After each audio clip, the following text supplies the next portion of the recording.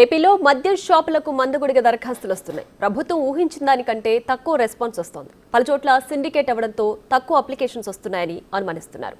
6 రోజుల వ్యవధిలో 3,396 షాపులకు ఇప్పటి వరకు కేవలం 8,274 అప్లికేషన్స్ వచ్చాయి. అక్కడక్కడ కొన్ని చోట్ల ఎమ్మెల్యేల బెదిరింపుల వల్ల కూడా మద్యం దుకాణాలకు అప్లికేషన్స్ తగ్గాయన్న ప్రచారం జరుగుతోంది. అత్యధికంగా విజయనగరం జిల్లా 855, అత్యల్పంగా మన్యం జిల్లాలో కేవలం 174 అప్లికేషన్స్ వచ్చాయి. తిరుపతి, నెల్లూరు జిల్లాలో పరిస్థితి పూర్తిగా రివర్స్లో ఉంది.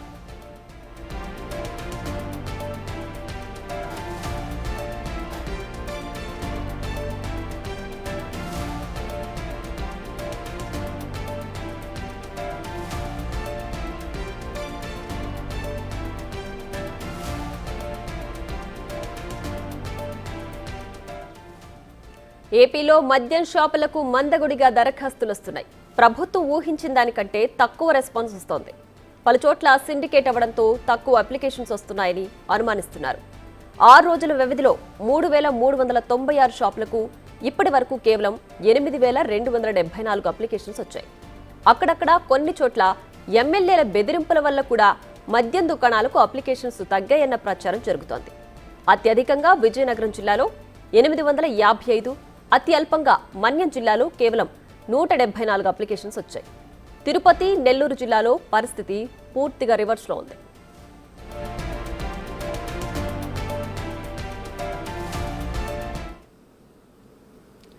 దీనికి సంబంధించి మరింత సమాచారం మా ప్రతినిధి శివ లైవ్ లో అందిస్తారు. శివ, చెప్పండి, మద్యం దుకాణాలకు దరఖాస్తులు పూర్తిగా ప్రభుత్వం ఊహించిన దానికంటే చాలా తక్కువగా వస్తున్నట్టున్నాయి. అయితే దీనికి ఎమ్మెల్యేల బెదిరింపులు కూడా ఉన్నాయన్న అనుమానాలు వినిపిస్తున్నాయి. దీనికి సంబంధించి డీటెయిల్స్ ఏంటి? మొత్తం మీద చూసుకుంటే ఆంధ్రప్రదేశ్లో మద్యం షాపులకు సంబంధించి టెండర్ల ప్రక్రియ 4 రోజుల క్రితం ప్రారంభమైంది రాష్ట్ర వ్యాప్తంగా.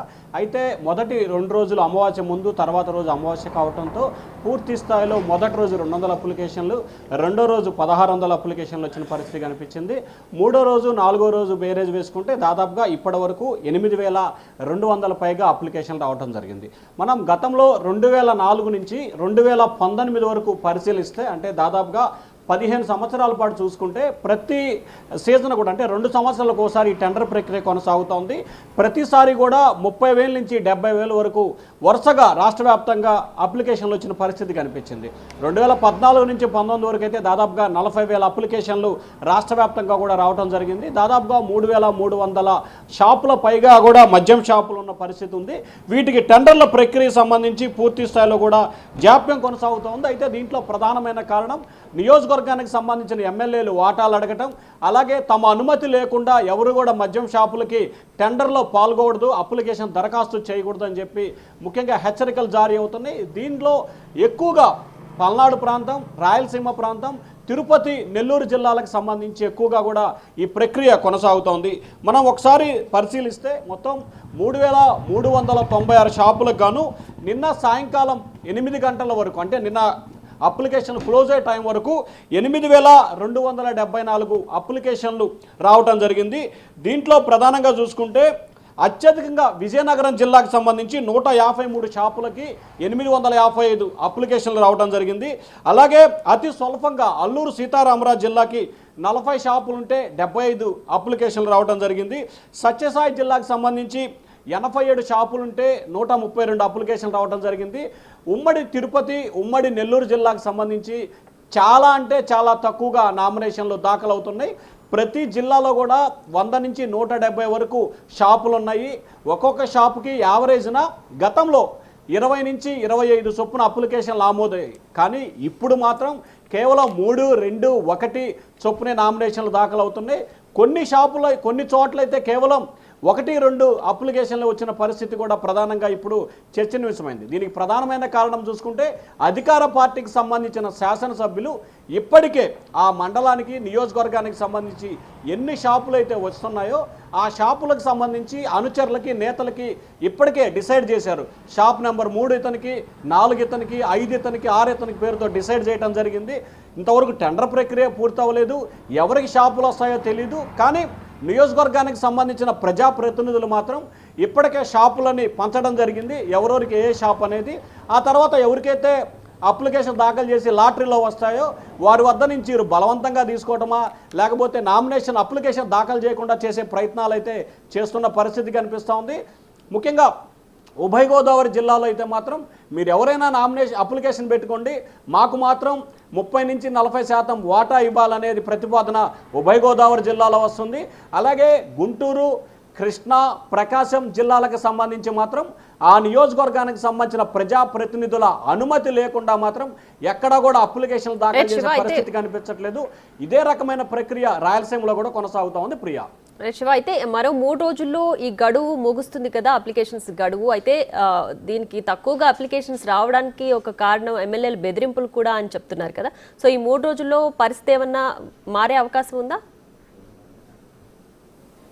అంటే ఇక్కడ ప్రధానంగా 2 రకాల అంశాన్ని మనం వేడీకరించుకోవాలి.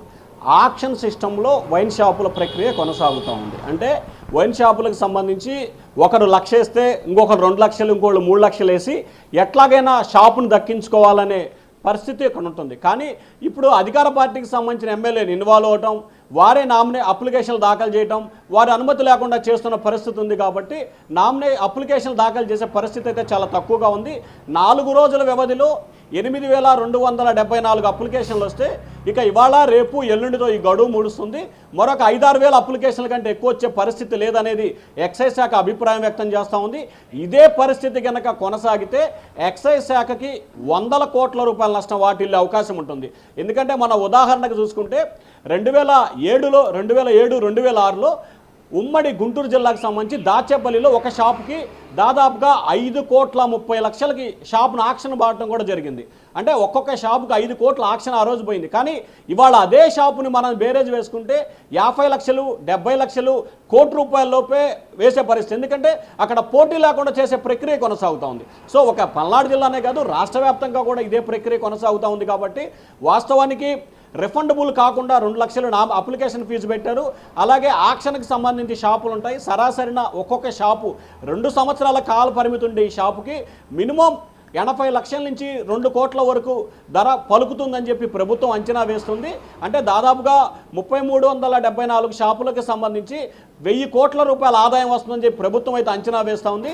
కానీ అధికార పార్టీకి సంబంధించిన శాసనసభ్యులు చేస్తున్న ప్రక్రియ మూలంగా కేవలం ఇది 500-600 కోట్లకే పరిమితం అవుతుందా అనే ఆలోచన అయితే ప్రస్తుతం కనిపిస్తూ ఉంది. మరి దీనిపై ప్రభుత్వం ఏ రకమైన చర్యలు తీసుకోబోతుంది, అధికార పార్టీకి సంబంధించిన ఎమ్మెల్యేలకి ప్రభుత్వం, ముఖ్యమంత్రి ఏ రకమైన హెచ్చరికలు ఇవ్వబోతున్నారు ఏమిటి అనే చర్చ అయితే ప్రస్తుతం కొనసాగుతూ ఉంది. Priya, right Shiva, thanks for the updates.